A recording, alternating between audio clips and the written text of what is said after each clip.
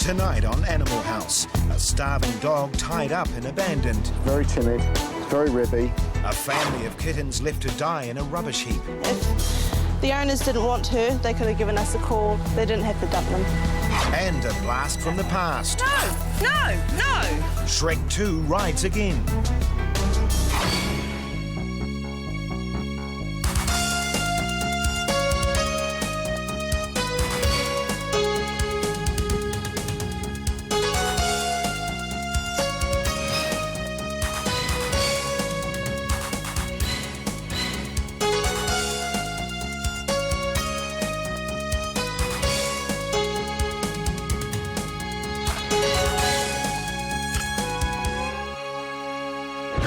A phone call reporting animal neglect brings Senior Inspector David Lloyd Barker to South Auckland.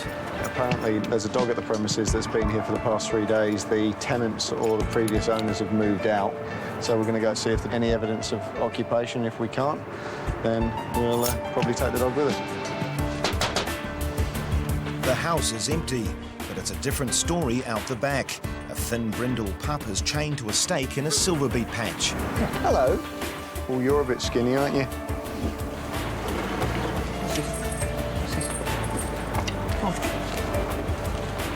Come on. Hello.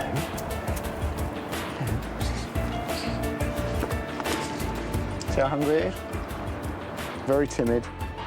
It's very ribby. There's no water, there's no food, no shelter, really. Come here. Come here. Hello, friendly dog. And somebody's obviously thought that it was surplus to their requirements and just gone away. So we'll take this one back to the village and we will find him somebody who will actually treat him properly. Won't we? Yes, we will. Come on then. Yes. Yes. I think he wants to go. There's nothing to him. He's pretty much just a pup. There's nothing wrong with him. This is what saddens me, really. But that's human nature for you.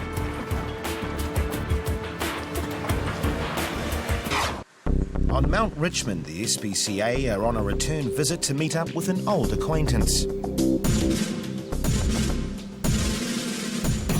He's mad. He's bad. Bloody hell. He's dangerous to know. Surrounded by an army of bodyguards, Shrek 2, as he's known, rules the mountain. But it's that time of year again, and Shrek 2 must be shorn. He's not your normal docile sheep. He escaped from the abattoirs, not only made it out of the abattoirs, he crossed a main road and then managed to live on the mount here with steers as his companions. His behaviour with the steers is absolutely incredible because it's not always the same steers. The steers come and go. The guy that owns them grazes them here for a number of months. And as soon as a new lot come in, Shrek's the boss. He's just, and they know, it's amazing. And if you watch them, they'll just mill around him and, you know, he calls all the shots and he'll lead them off. And they're very protective of him. Last year we had a bit of fun trying to get him. We'll just do it nice and slow. That's not what we wanted to happen.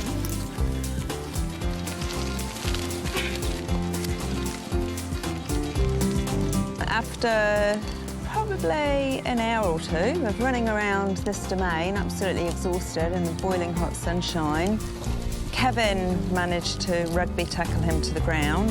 Really tough character. It was a real job to catch him last year. I've still got the bruises, I think, from tackling him that time.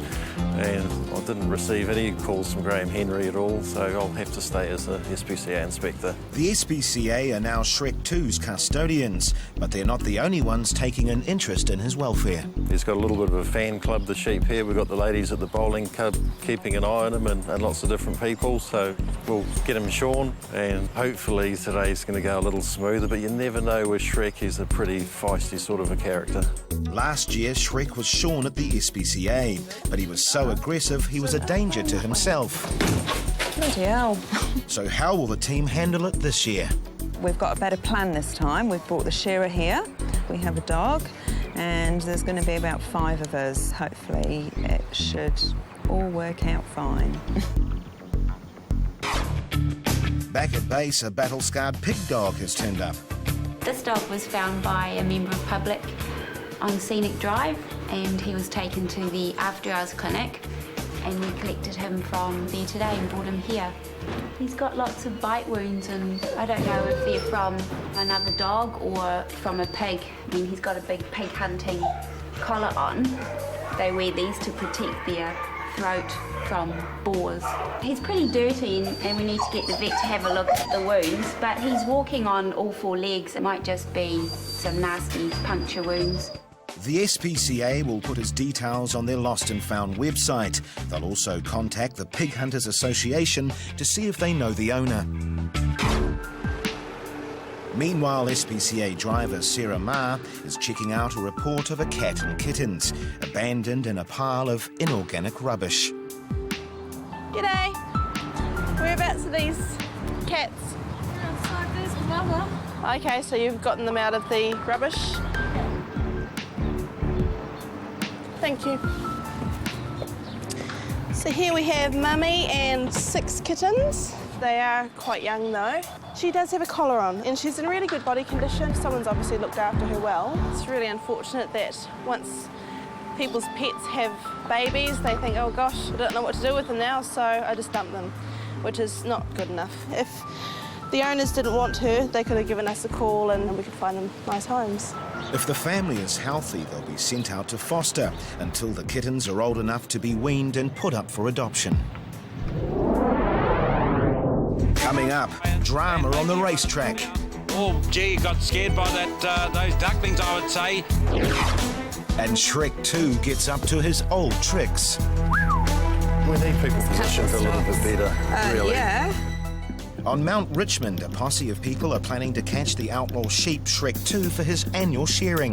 We know what we're dealing with this time. Last time we came in a bit blind, but now we do. So we'll have sticks ready and we'll be all right.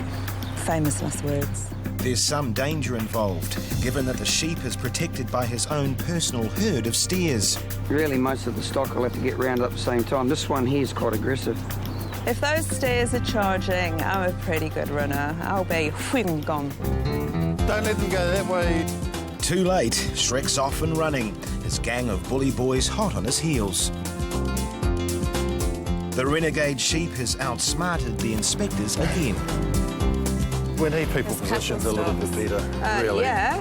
A new strategy is in order, so with army-like precision, the team move into place. We'll just make a tight line. We don't want to give them an opening. Anything can sort of happen. Yeah, so he's thinking about a dash. We'll try and hold those cattle. It's right under their legs. I might let a couple go. I can't see Shrek. I can't see him. No. It looks like Shrek might be cornered. But out of sight of the camera, he squeezes under the railings and makes a dash for it. Oh, no! No! No! Wait! Right away!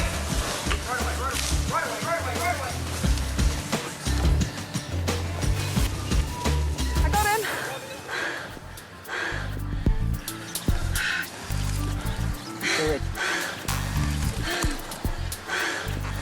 I got him. Well done, I saw it, Sue. I saw him squeeze his head under the stop fence and I could see he was planning his escape, but my legs felt like bricks and they didn't move quick enough. In the SPCA doggery, the pup left in a silver beet patch is looking a lot perkier. He's put on a bit of weight since he first came in. We've de-sexed him and now he's ready to go up to the modules. But it's not that simple. There's a lot of brindles waiting for adoption at the moment, and people tend to overlook them. The silver beet brindle might be in for a long wait. Meanwhile, the 6 kittens and their mum, abandoned in a pile of rubbish, have been sent out to foster with SPCA dispatcher Lynn McNamara. We've called the 2 ginger ones Gin and Tonic, and the 4 black ones are Felix, Midnight, Marmite and Sooty. They won't keep their names, of course, but every creature deserves to have a name, and that's what I've given this lot while they're here. I'll keep them now until they weigh about 800 grams. But I'm lucky this time with a mother cat, so she's still feeding these little ones. I'll probably have them till they're about 8 weeks old. Then they'll be ready for rehoming. A Across town, Inspector John Hedemeier is responding to a call from the Alexandra Park Raceway. There's reports of 2 sets of ducks and ducklings. There's a race meeting tomorrow. The race course has asked if we could help and try and move these ducks. John's called in some assistance from birdwing volunteer Lynn McDonald. Mum and 2 babies. The race officials don't want a repeat of this. Over on the outside, 2 lengths away and making a run at them now. Oh, gee, got scared by those ducklings, I would say. It's going to be a hard one because the thing is, if we catch them and take them off this site, Mum's going to return. I'll go for Mum. Yeah, and I'll go for babies. Okay. So there's strategy in place. Lynn manages to get near enough to net a couple of ducklings.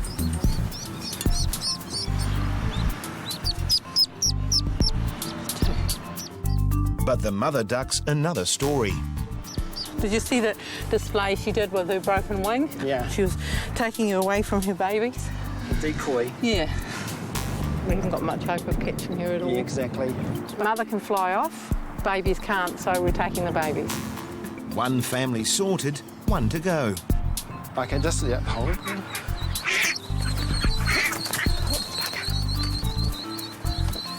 Go, Mum, go, Mum, go, Mum.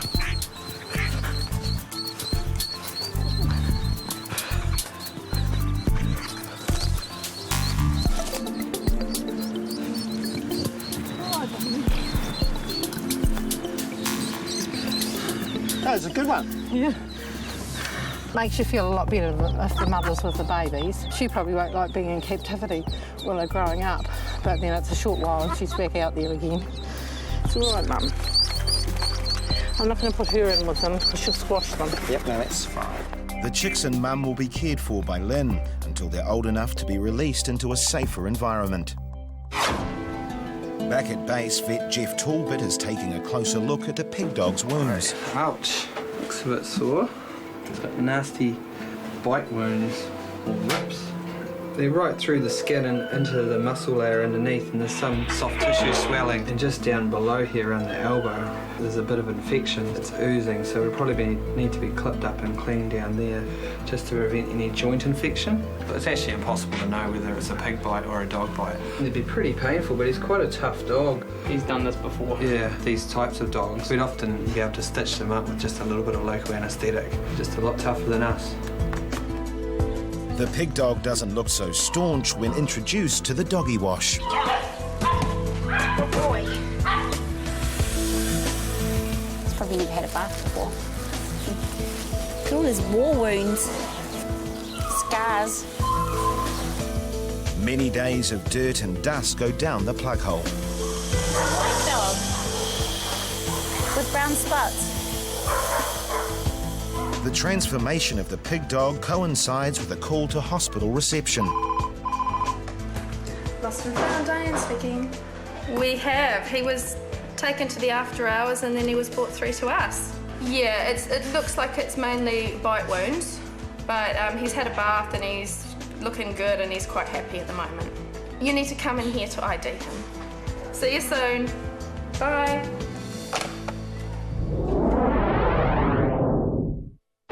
Coming up, the reality of the life of a pig dog. If something definitely happened, then maybe he got a bit of a hiding from the pig. And there's no home in sight for the abandoned brindle pup. At the SPCA, there's been good news and bad news for the kittens left in a rubbish heap. 2 of them became ill and had to be put to sleep, but the other 4 were quickly adopted.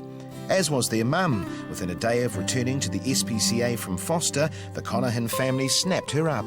It's Otis's 10th birthday tomorrow. He's been asking for a cat for quite a while, so I said he could have a tootie cat and we'd go and pick one out, the SPCA. He looked down at all the cats and she was asleep and he just said, I want this one, Mum. Yeah. And after a week, she's very much at home. She sometimes sleeps in my bed and on the couch, mostly. She's just a real honey, aren't you? But the news isn't good for the silverbeak dog. It's nearly 2 months since he arrived in the doggery, and so far, no would-be owner has turned up. Good boy. SPCA staff have called him Max, and a publicity campaign is underway. but at some stage a decision will have to be made about his future. However, the battle-scarred pig dog has definitely got a home. It turns out his name is Snapper, and his owner has spent a few days searching for him. Since Sunday, 6:30 at night, I lost him. He's a pig dog. I was hunting. I've rung all the pounds. I rung SPCA. I rung all the vets in West Auckland. It happens quite a bit. A lot of pig hunters lose their dogs. It's part and parcel of it. Sometimes you don't get them back, but a lot of the time you do. I'd say you'd be happy to see me. Or happy to see the kids anyway. It's good with the kids. Yeah, he's quite sore on that leg. Snapper, come here. Good boy. Yeah. Try and keep those wounds nice and clean, so just bathe them with a bit of salty water. And obviously if there's no improvement after the 7 days, definitely take him to your own vet and get any follow-on treatment. Oh, he's had a lot worse than that. Yeah. Snapper, Snapper, Snapper, Snapper! Come here, boy.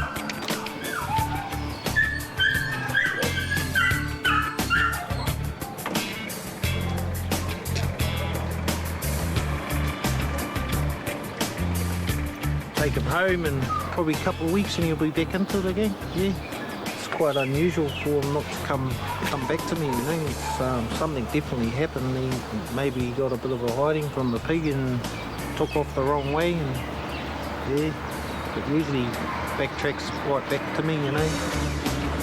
Just glad to get him back, that's all.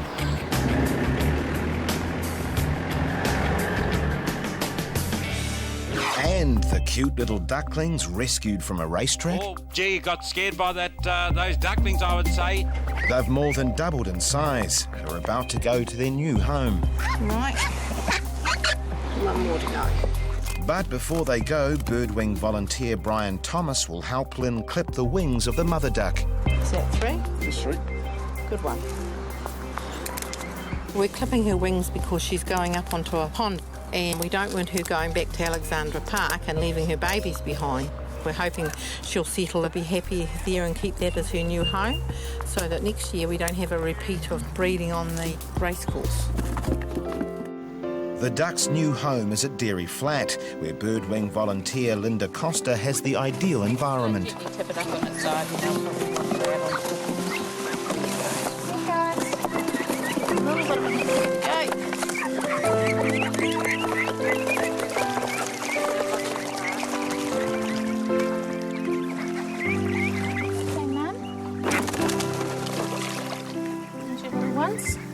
After being cooped up in small pens and things, they love getting into a nice big bit of water and having a splash around.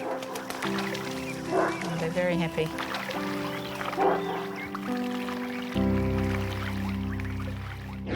On Mount Richmond, the titan of the sheep world, Shrek 2, is about to get a haircut. All right, mate. This wool's not as long as it was last time. Up here in the north, we normally shear with these clippers because we like it to get close and they get hot and sweaty, so that brings the flies on. So the idea is to get the wool back off them. But we're leaving a little bit on them. This is number 4 comb. Just the same as number 4 at a barber. It's exactly the same. That'll leave a little bit on them. Stop them from getting sunburned, eh?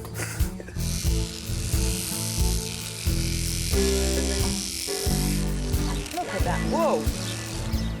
He's a male sheep, of course, and they grow more. Grow twice what a female will because it's not rearing a lamb. He does not trust dogs at all. That's understandable by his ears being bitten by the dogs. He's had more attacks since last time. Probably good that the cows help protect him as well. And yet, psychologically, he's the boss of the cows. They look after one another. Shorn of his hot and heavy fleece, Shrek's just as feisty as ever. You're going, man. He was born free.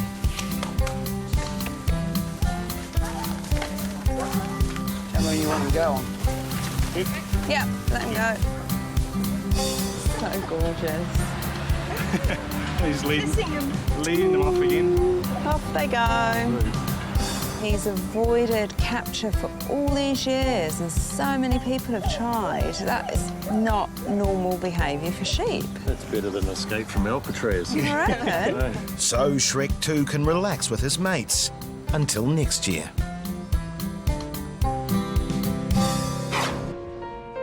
brindle left to die in a silverbeet patch sat waiting for someone to adopt him for months.